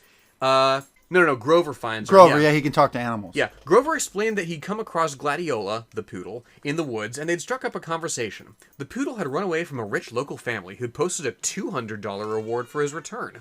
Gladiola didn't really want to go back to his family, but he was willing to if it meant helping Grover. This comes out of nowhere. You know, the poodle. Grover has a connection to nature. That's his like one really like skill because he's not good at really anything. Because he's not smarter than Annabeth, and he's not a better fighter than Annabeth or Percy. But he has this sort of nature vibe, and he's also good at hacky sack. Those are his two contributions.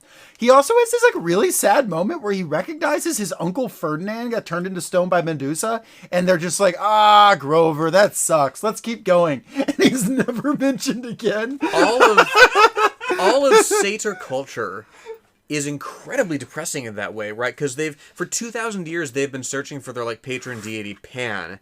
And it's just a thing that, yeah, if you're a satyr, you're expected to go on this quest for him. You're probably gonna eat shit and die. Grover Eats Shit and Dies could be the name of the second book, because he runs into the Cyclops from Odysseus, from the Odyssey, trying to find Pan, because the Cyclops from the Odyssey has been replicating the smell of the god of Pan and leading people into his cave for thousands of years, which has been the fate of every single satyr who made it that far. Which is even darker. It confirms like, oh no, they're all dead. Oh, every Jesus. one of them. But don't worry. Well, you can wait till Battle of the Labyrinth to meet Pan. Well, and it's especially sad because nobody blinds the Cyclops. That's true. Nobody does it. No, yeah, Percy does the exact same bit. He shows up and he's like, nobody's home. And the Cyclops is like, not again! For the real heads. Fans of underground literature like the Odyssey. The Odyssey episode win. I do like also that Percy, after they kill Medusa, neither here nor there, mails her head to Mount Olympus just like as a flex. Like, once again, these moments of like 12-year-old boy power fantasy are definitely in there of this like, but it's also something a 12-year-old boy like could definitely do. He would be like, yeah, it would be sick if I sent like Medusa's head. It would be sick. To It would Mount literally Olympus. be the coolest fucking thing in the world. Send the head of your great enemy to the gods you're trying to impress. So anyway, stuff happens. It's not super important, but the Chimera attacks them on the arch. Yeah, the Gateway Arch. Gateway Arch, and he has to jump into like water and almost die. I've been to the museum at the base of the Gateway Arch. It's fine. Yeah. But, no great loss. Like the helicopter tour is cooler. That is the point where he becomes a known fugitive, though. Yes, because now he's blowing up national monuments. Yeah, because there's like a chihuahua that transforms into a chimera. Yeah. Breathing poisonous. If found, please call Tartarus. Like extension 954. I love that little bit of specificity. Exactly. And yeah, he jumps to what he thinks is his death, and this is just an example of the narration that runs through all of this. I'd love to tell you I had some deep revelation on my way down. That I came to terms with my own mortality, laughed in the face of death, etc. The truth, my only thought was, But then he's fine, and he meets a mermaid, or sea spirit, and she's like, here are some pearls that will help you on your quest. And And it moves it forward. And I think that you mentioned it earlier. There is like an element to this book of like, that's kind of and then. Right. That in a more serious narrative would probably be frustrating, right? Like if I read like, you know, I don't know, A Song of Ice and Fire, like a fantasy novel, but with a more serious tenor that like had this flow to it, I would be like, you just kind of, but because of the way it is, like Greek myths also read like this. It's just like Odysseus, island hopping. Deus Ex Machina, like Yeah. it's huge in Greek myth, Greek tragedy, like Greek drama. Like if there is any narrative that uses that convention, this should be it. And then a god buys them cheeseburgers. Yes. Oh my God, Ares, and Ares is so fucking cool. I also like that. I forget his name, but they get a WWE guy to play him in the in the TV show. It's not like one of the guys I know, but like he just does a full WWE heel performance, like an Undertaker style, and he's like, "It's Ares," and it's so much fun. And that's exactly how I picture it. And he's such a jackass. He is such a meathead. Like, he has a human skin bike, like a bike with human skin on it. He's walking around. He's like flashing a knife at like a waitress who tries to get him to pay with like real money for their food. Like, he's edge. Yeah, and what better country to be an edgelord in? As he says, you know, I love this country, best place since Sparta. Don't you carry a weapon, punk? You should. Dangerous world out there. And it's like, yeah, you know, here's the flip side of the gods following Western civilization. Ares loves it here in America because it was founded on war, on genocide, on settler colonialism, you know, on blood and conflict and, you know, shit that Ares lives for. Yes. And it's actually, this comes around a couple times in like later books. Mm-hmm. You can every now and then like, so like, you know how like there's like different types of libs out there, and there is definitely like a type of epic lib that like Riordan kind of is, that comes out like every now and then, like comes out where he, you know, the kind of liberal that like is a dying breed that would be like, you know, would post memes about like hanging George W. Bush or something like that. It's a dying breed. You know, you have like Ron Perlman and that's it left behind. But Rick Riordan definitely has some of that in him. Cause like there's a later book where he's like Sherman. And in case you thought he was bad, no, he was a child of Zeus and he is revered on Olympus. Like things like that. I mean, literally, like toward the end of the book, he says, yeah, George Washington was a son of Athena. And it's like, okay, whatever. Like, but it is funny. He has like moments where he's just like, but I do like where he like does that, where it's like, it's kind of fun. Because there's other shit going on, you know. He acknowledges that, yeah, you know, America's not the center of the universe. He's the center of this corner of the universe. Okay, like you can. It's in the second one. It confirms every losing army in all of history. Some of them have to serve like a debt to Ares for losing. And because the Confederacy lost so hard, the entire Confederacy is in like eternal servitude to Ares. Oh my God. Which is a really, really funny bit. Like, it's just kind of one of those things that like feels very like 2000s lib. Like 2006. There's a little bit of that, and I told you about the Salvation War, right?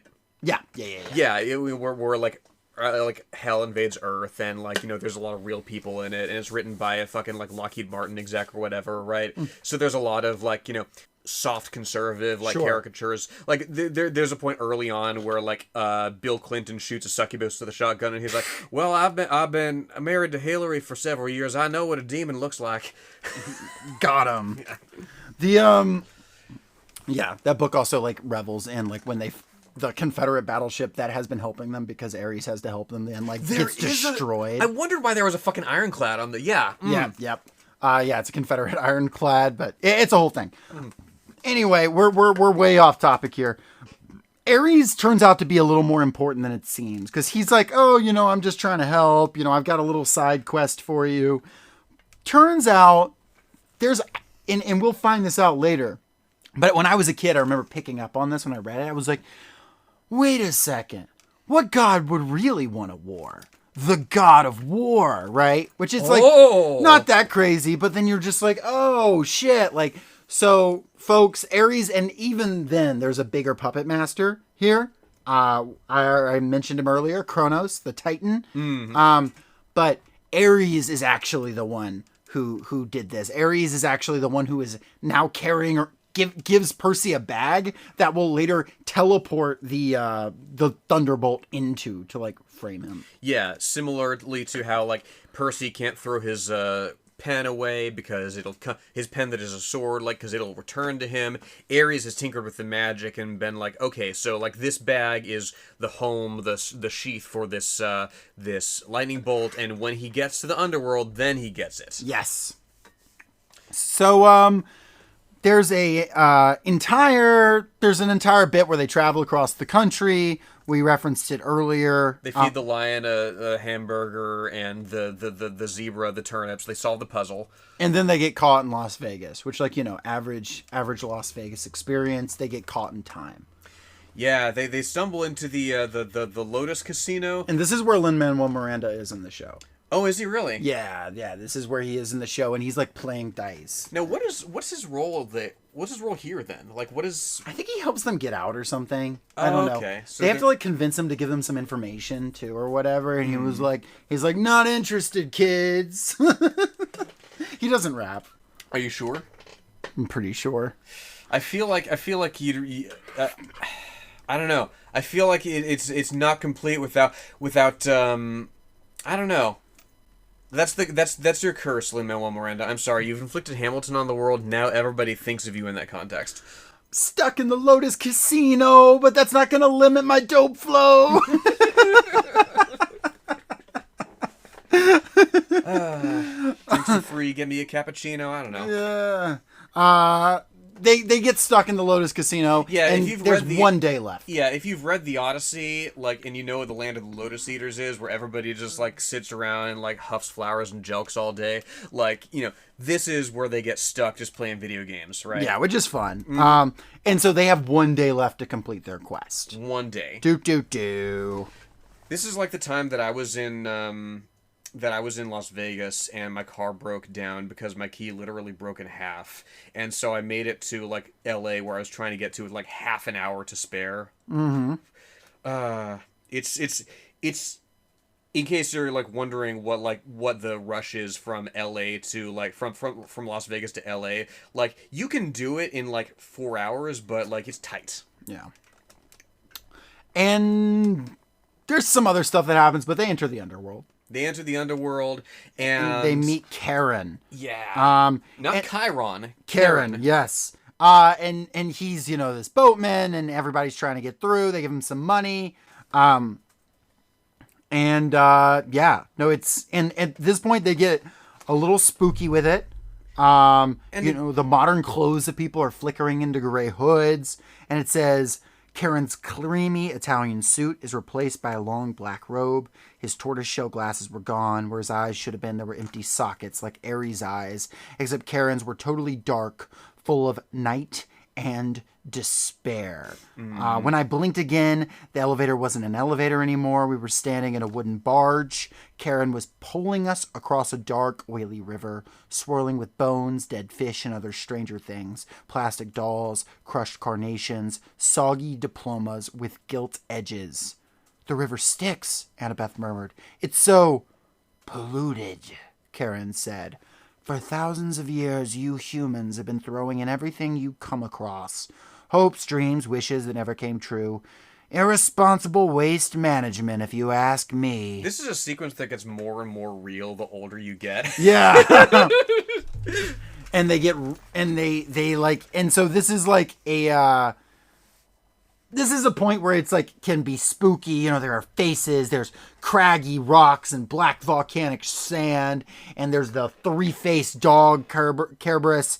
And then it says, like, as a sign that says, you are now entering Cerberus. And then there's a sign that says, attended on duty. And one is marked EZ death, the letter E, the letter Z. There is that, like, you know, take a number, wait here. Like, there is that waiting room aspect. Beetlejuice. Beetlejuice, yeah. Yes, exactly, yeah. And he really leans into it in a way that, like, it kind of... if the whole narrative weren't committed to the back and forth between the less serious and the more serious, you know, if it weren't very consciously like an elevated bedtime story, it would break the immersion a little more for me. For sure. Yeah. But again, it's not at the expense of the themes that he's trying to get across here, Like, he says straight up on page 301, which I love, the dead aren't scary, they're just sad. Yeah. There's a maturity, despite the comedy bits here, like, there's a maturity with which he deals with death, with the thought of what happens after, and with the promise of what being a hero means, right? Being able to descend into these places and see what's coming, and to have a glimpse of a fate that you can work toward and alter your destiny to resemble.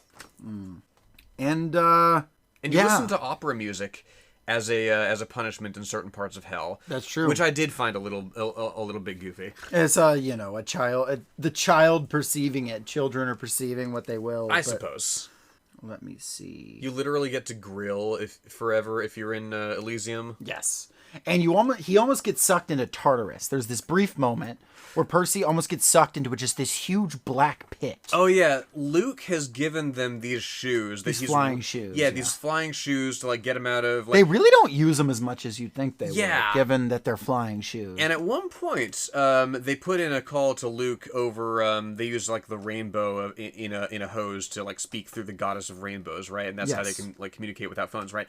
And they're talking to Luke, and Luke is like, "Okay, those shoes I gave you, you're wearing the shoes, right? It's really important that you be wearing those shoes. Mm-hmm. It's just those shoes are really useful, and I would just really appreciate it if you wore these shoes, Percy, you specifically." And yes, that is the hint that Luke has a foot fetish, and of course he'll have to account for that in future books. He'll account for that. He'll totally have to account for that. But yeah, you got to keep on your toes when you're in the underworld. You gotta be. She said archly.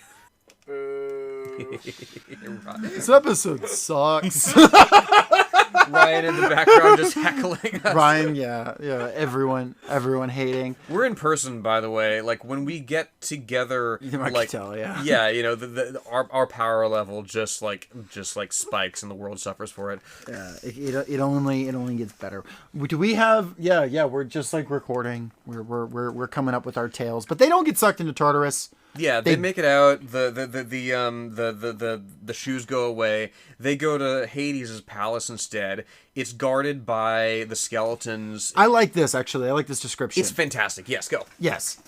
So, yeah, they're walking through the cavern, and it says, every side doorway was guarded by a skeleton in military gear. Some wore Greek armor, some British redcoat uniforms, some camouflage with tattered American flags on the shoulders. They carried spears or muskets or M16s. None of them bothered us, but their hollow eye sockets followed us as we walked down the hall toward the big set of doors at the opposite end.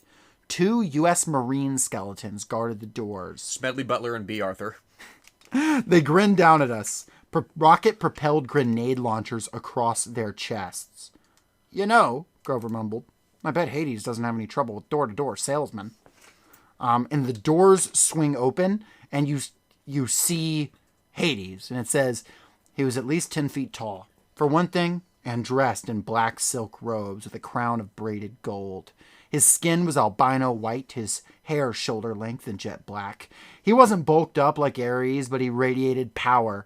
He lounged on his throne of fused human bones, looking lithe, graceful, and dangerous as a panther. So this is actually my I Can Fix Him character of the week, I think, as an adult. As a child, it was Luke. Boys like Luke. Adults know Hades makes more sense. It's that kind of logic. Oh yeah, because Hades is the king of the dead. Not just the king of the dead, the king of all wealth within the earth. Mm-hmm. And it's in the description of Hades that you get a sense of how this book, this text, again, at this specific time in Riordan's mythology, right? It's got a very interesting way of thinking about human history and what drives people to make the choices they make, right? Hades' aura was affecting me, it says, just as Ares had. The Lord of the Dead resembled pictures I've seen of Adolf Hitler or Napoleon or the terrorist leaders who direct suicide bombers. Hades had the same intense eyes, the same kind of mesmerizing evil charisma. And it's an interesting window into how this book thinks about it's, great man of history, first of all, which, okay, it tracks, because you're dealing with the children of gods, right? But that's what history amounts to here, right? Not material interest, right? A desire to be an exploiting class didn't give the Nazis their base in this continuity. It was Hitler's riz, right? And, It is interesting, though, because Hades is then, revealed to not be evil. Yeah. So it is I don't know if this is just a slip for Riordan here, a mistake. He wants to, he's blowing up the evil vibes so much that he accidentally overdoes it because overplays his hand, gets a little too Slytherin with his Hades. It's I wouldn't be stuck on this if 2 pages later Percy didn't explicitly refute science, right? Because he says that it's not the tilt of the planet that causes the seasons, it's Persephone being in Hades or not, right? Yeah. So there are aspects of the real world that aren't just said to be incompatible, aren't just said to be they're said to be incompatible with the machinations of the gods. And that just felt a little bit out of place to me, considering the, how much wider the world really is.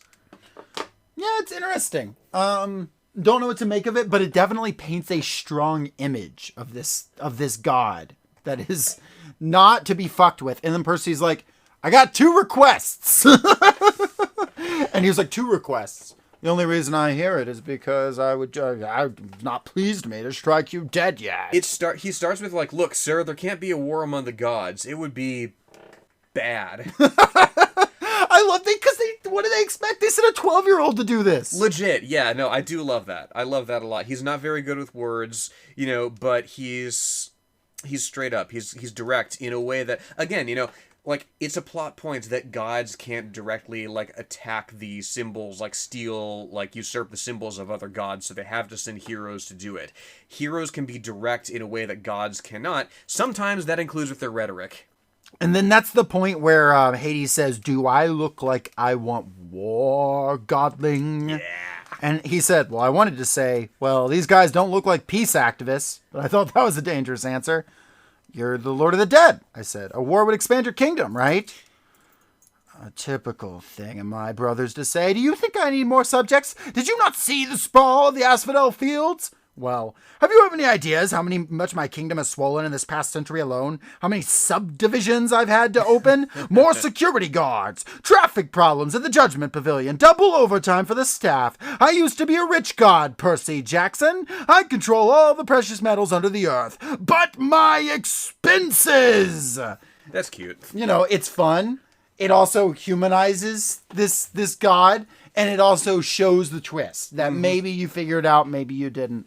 Of oh wait, everybody's getting played here. And turns out Hades' Helm of Darkness has also been stolen. Mm-hmm. And he's like, well, I didn't tell anybody that because A, the other gods weren't going to do shit about it, and B, how would it look if I gave up, my thing that gives me my secrecy, right? That allows me to become darkness. That can't be public knowledge. I do love this extract here. I'll just throw it out here. Return my helm now, or I will stop death, Hades threatened. That is my counter-proposal. I will open the earth and have the dead pour back into the world. I will make your lands a nightmare. And you, Percy Jackson, your skeleton will lead my army out of Hades. So sick. That goes so fucking hard. And Percy's like, bro, I don't know. I'm way over my head right now. He's trying so hard. Listen, man, I'm way over my head. If my skeleton leads your army, that means I am dead. Last time, I promise. I have to reassure Ryan here so he doesn't murder me. And so, here's the thing. There's also this point here where Hades is offering back his mom, the soul of his mom, who turns out to actually not be fully dead, but captured by Hades. Only mostly dead. Yeah, only mostly dead. That's the difference. This was cool. This was cool, right? Because it's a bit of the prophecy, right? You'll fail to save what matters most in the end, right? And Percy doesn't go for it. He doesn't save his mom. He is look, the primary contradiction here is the war. Right, he wants to stop the war. Mm-hmm. And so even though he could throw the pearl down to his mom because he has these 3 pearls that was given to him by the spirit, he's like, no, the 3 of us have to escape. And he's like, I'll come back, I promise. And they do. They rise up into Santa Monica Bay and scare a shark, and he has Zeus's thunderbolt with him. And chapter 20 begins. I battle my jerk relative, who is just... It's Ares. Ares has been playing them the whole time. Yeah, and this stood out to me because, like, again, I come at this from God of War, right? Where the gods are just like forces. You know, when I say forces of nature, you know, like they can defeat enemies like hundreds of times their size in the Titans, right? Poseidon dies, and like all the seas rise and drown the whole land of Greece, right? They're not operating on quite that power level here. Mm-hmm. It like part of the explanation too is they like are limited by like when they're interacting with demigods. Yes. Like that's why the demigods exist in this like in between space where they can interact with gods and mortals. So they have like these limitations. That's true. On themselves. And there's in fact Percy's sword is said to be it's made of celestial bronze, right? So it can harm like fantastical things. But, like, literally, it's inverse plot armor. It can't harm humans because, and the text literally says this, humans are not important enough to be harmed. Again, he's filling this sort of narrative role, right, for a hero that I find a really intriguing spin on the whole mythology thing. And then you have Percy though actually manage to use some cool powers, and like Ares is toying with him and stuff like that, of course. But then, I felt the rhythm of the sea, the waves growing larger as the tide rolled in, and suddenly I had an idea. Little waves, I thought, and the water behind me seemed to recede. I was holding back the tide by force of will, but tension was building like carbonation behind a cork. Ares came toward, grinning confidently. I lowered my blade as if I were too exhausted to go on.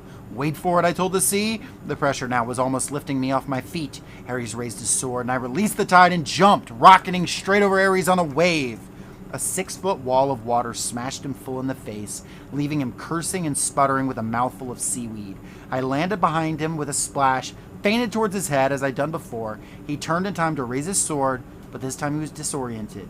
He didn't anticipate the trick.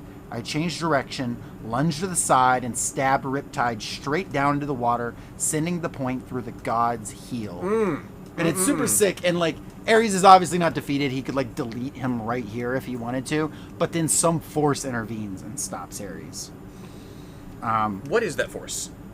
It's Kronos. The Titan, the old Titan, has returned. Kronos, who was cut into 1,000,000 pieces and cast into Tartarus, has now been reforged. He tried to get the lightning bolt to him. He tried to get the Helm of Darkness to him. He wasn't quite able to pull it off, but he's been influencing people through dreams, including Ares.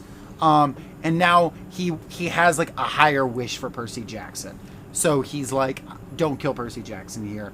I lost this round, but I'm going to win the war. And that's the note that the book ultimately ends on, right? Yes. You know, Percy has the helm. He gives it back to Hades. He has the lightning bolt. He gives it back to Zeus. This is really funny. Like when they go back to the Empire State Building where Olympus now is, right? The guard at the front is reading Harry Potter. Just a little reference there. He was reading a huge book with a picture of a wizard on the front. I wasn't much into fantasy, but the book must have been good because the guard took a while to look up. That's funny. And then, you have this last chapter. The prophecy comes true. That's the last chapter, yeah? And in this last chapter, you have a few things wrapped up. First of all, Smelly Gabe gets turned into a fucking statue. Yes. Because his mom uses Medusa's head, because his mom gets returned after Hades gets his home back. Great, because we love Sally. And she puts the box in a thing and says, don't open it, and Gabe opens it, and he gets turned to a statue, and she sells it off. Thank to like Christ, help her out. honestly. So we've dropped Gabe. Gabe deleted, actually. Confirmed. Yeah, no, and it's very cathartic, you know, because it's of course it's Sally, like, you know, turning her abusive fucking like second husband into a statue, you know, and what she says specifically, like, yeah, Percy offers to like take him out, but she's like, look, I need to make this decision on my own because like I can't have, you know, gods like, you know, doing things for me. Like I have to, you know, step up and, you know, become the protagonist of my own story, right? Become the hero in my own myth, right? And, you know, accept all that means. And then we have the final twist of this book that really sets up the sequel, and that is Luke, like we implied earlier, has been under the control of Kronos. Him giving them those shoes was trying to get him sucked into the underworld. He is the one who stole the lightning bolt and the helm originally, because as a demigod, he's able to do that. He was like, it was easy. They were overconfident. And he has this cool-ass sword. I was literally just about to mention the sword, right? Because that's what we see when we come upon Luke in this last chapter. And Rick's really having fun, like, putting this reveal front and center now. Because it's like, oh, you like my sword? It's called Backbiter. Mm-hmm. Like, he literally just like, oh, you know, like, he looked different, like, eviler almost. Like, he looked like somebody who might betray me, you know? Like, it's, the prose is just reveling. And it's like this iron and celestial bronze. It's so sick. It can kill humans and monsters. Yes. And double kill half-bloods, because they can die to either. And then Luke has his thing where he was like, I saw a lot out there in the world, Percy. Didn't you feel it? The darkness gathering, the monsters growing stronger. Didn't you realize how useless it is? All the heroics being pawns of the gods. They should have been overthrown thousands of years ago. But they've hung on thanks to us half-bloods. Western civilization is a disease, Percy. Facts! It's killing the world. The only way to stop it is to burn it to the ground. Start over with something more honest. And it's Third worldist Luke. Yeah, like a Maoist Luke. Different interpretation. Luke will go on to, you know, be sort of the human villain of the series. Because he escapes, Percy survives this encounter.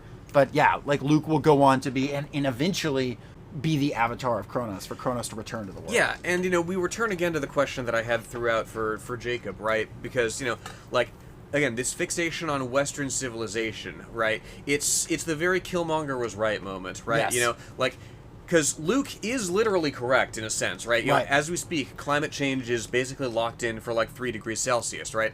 If the hegemony of the global north and its system of capitalist extraction doesn't fall, everybody dies. And also in this world, right? Operating under the auspices of this world, half the kids at Camp Halfblood are outcasts who don't know who their family is. Most kids, demigods, die out in the world. Their parents just full well knowing that they're out there. They don't give a shit. Usually they don't intervene and they let them die. The gods know that their little like machinations cause grand wars, and yet what does Poseidon do? He turns around and has a kid. Zeus did the exact same thing.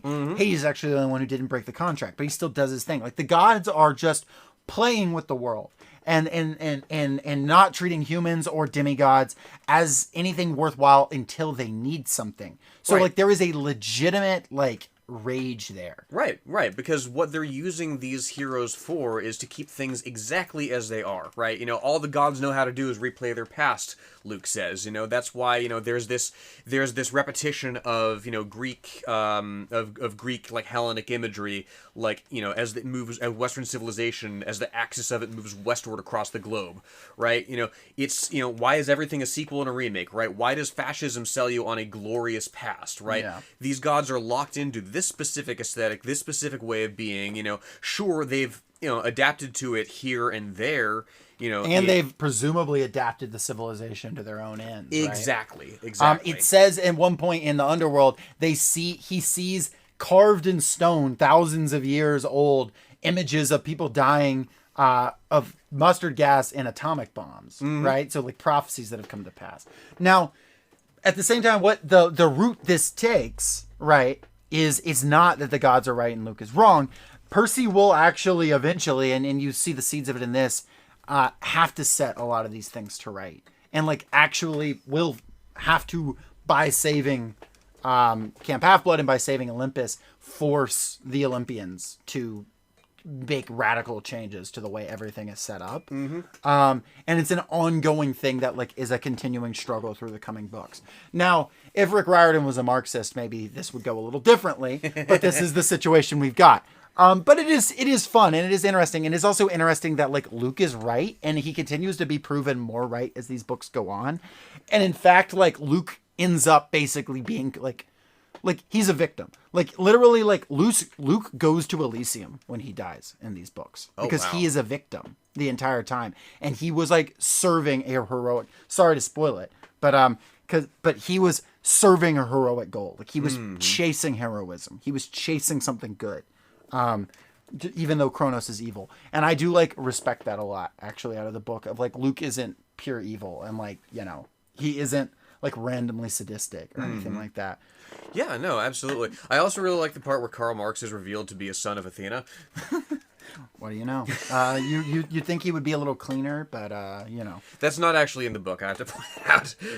it's like well within the bounds of something that could be confirmed in his lore, though. There So has to be a compilation somewhere. If anybody knows I'm it- sure there's on the wiki or something like that. Well, on the wiki, yes, there's historical figures that canonically are the sons or daughters of this or that god, but like there has to be some sort of fan consensus on who else is the son of who else, right? Right. Like I would love. Well, Lenore, tell me this: who are you the child of? If you're choosing a godparent.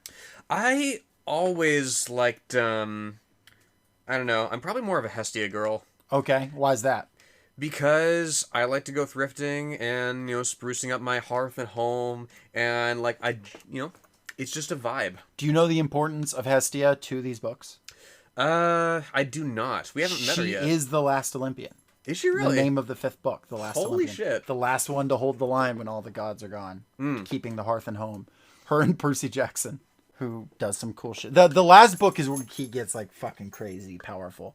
And then the second, I will say, like, him fighting Ares, it is fun because here it's like obviously Ares is toying with him. Percy gets to a power level where he is like god level, though. Oh, that's what's up. Not like one of the big, like he couldn't challenge Poseidon, but there is a book where he faces the god of tears, and she like. He literally like water bends her tears and the blood inside of her to like control her. That's it's fucking dope. Super sick, and it like actively scares Annabeth. She's like scared of him. Well, and again, like kinda sick. You know, the book isn't afraid to shy away from the scarier implications of god powers, right? The first time he really sees Dionysus for Dionysus, he gets visions of, yeah, this guy could like, you know, strangle me with fucking like grapevines. Like this guy could literally give me syphilis and kill me on the spot. Yes. When they meet Tantalus in these later books, or they meet Well, they almost meet Tantalus, but he just like has something else keeping him. No, there's a great book and there's a great bit in the second one with Tantalus where he keeps like there's like some donuts set out and he's like inching his fingers towards the donuts is like inching back slowly. It's an incredibly stupid thing. And then because he's been freed from the underworld on parole. Oh, and then yeah? and they're like, the curse will wear off eventually. And then finally he grabs a cheeseburger and he's like, it's worn off. And then Dionysus is like, so we've reviewed and we actually feel like you haven't fulfilled the conditions. And he's like, wait. And the cheeseburger falls to the ground. It's so fucked up. Oh my god.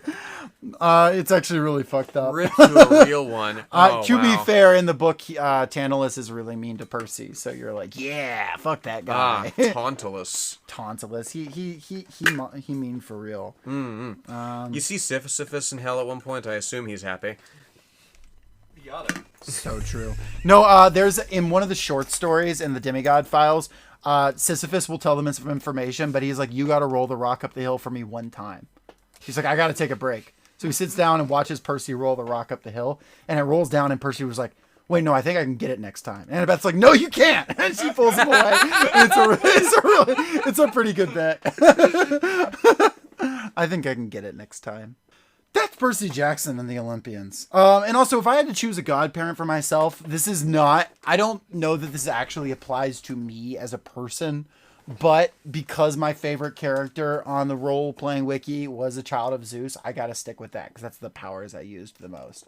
Was like the wind powers and the lightning powers and shit. Okay. I convinced everyone that a child of Zeus could use super speed by electrifying their molecules, which is complete bullshit. But like everyone in the wiki was fully convinced by that. So like I think that's pretty cool. That never happens in the books. But again, you know, there is the space to play with that, right? There is the space to innovate, and it's the sort of thing that a demigod would do, right? Yeah. It's the sort of thing that a child of one of these one of these beings would do, is use these powers in unconventional ways, right? Because that's what drives history, you know, not just individuals making these choices, but, you know, institutions, movements, ideas being iterated on and, you know, put to stronger, better, you know, ways that we never could have uses that we never could have seen coming. Such as in Titan's Curse, when Percy uses his ADHD to go into bullet time. That's what's up. Oh my god. Then someone points a gun at him, and he was like, he focuses his ADHD to slow down time. They shoot a bullet, and he pulls out his sword and deflects the bullet. And he was like, I knew my ADHD was good for something. That's too fucking real. That's how you're like good at Toho. Ironically. I love these books. I really do. And I really I hope the show keeps being good because I really enjoyed the first season of the new show. And was lovely. So hopefully that continues to be good. I gotta check that out. Yeah, no, I mean, it's nothing crazy, but it's just like, it hits the points it needs to hit. It's consistently enjoyable. And the kids in it are great. They do a really good job. So a lot of fun. I'm trying to come up with the last Lin-Manuel Miranda bit, but I don't have anything. I have some. Ryan on the mic. Folks, I gotta tell you, my friend, he's the real deal. I mean, you've never met anyone like him. His name is Gabriel, but that's not what I call him. You know what I call him, folks? I call him Smelly Gabe. And let me tell you, he lives up to the name, folks. How does he do it? I don't know how he does it, but every time I see him, I say, Gabe, how are you so smelly? Great man, wonderful man, can smell him from a mile away. You know what I mean, folks? People say, Mr. Trump, how does he do it? And I tell them, it's a gift, folks. Only Gabe has it. He's so good at poker. He smells so... People fold every hand. They tell me his stench is so incredible. They can't stay in the hand. They can't do it, folks. And that's why I'm so excited and so proud to announce our next Secretary of the Treasury, Smelly Gabriel. Give it up, folks. God bless. God's bless. That's true. I can't think of anything better to end it on. Y'all have a good one. Peace out.